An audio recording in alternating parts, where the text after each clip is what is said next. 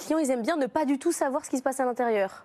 C'est justement l'objectif, c'est l'avantage pour ces salariés de pouvoir travailler sans être vus. Dans cet établissement, un employé sur deux souffre de handicap, d'un problème de santé mentale. Vous avez par exemple un employé qui souffre de dépression depuis 5 ans et qui est en rétablissement.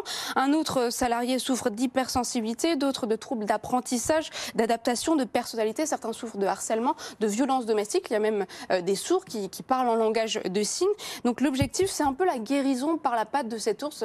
C'est grâce à la bienveillance. Ils sont cachés quand même, quoi. Ils sont cachés, mais même si les employés ne voient pas les consommateurs, ils sentent cette bienveillance. Et c'est vrai que ça met du baume au cœur. C'est donc un impact positif. C'est un véritable paradis pour les introvertis. Ça résout aussi le problème du contact humain, du contact de la peau, qui peut être un déclencheur de stress pour ces personnes. Donc la mission, c'est d'aider ces personnes à gagner leur vie, de devenir autonomes, de développer l'estime de soi, aider aussi à la réinsertion sociale et à se réintégrer de façon progressive dans la société, tout en douceur dans un environnement bienveillant, sans stress.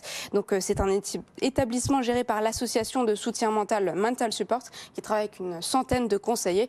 Et donc c'est la raison pour laquelle j'ai choisi ce café, parce que c'est une expérience client totalement unique, mais avec un café avant tout axé sur le bien-être de ses salariés.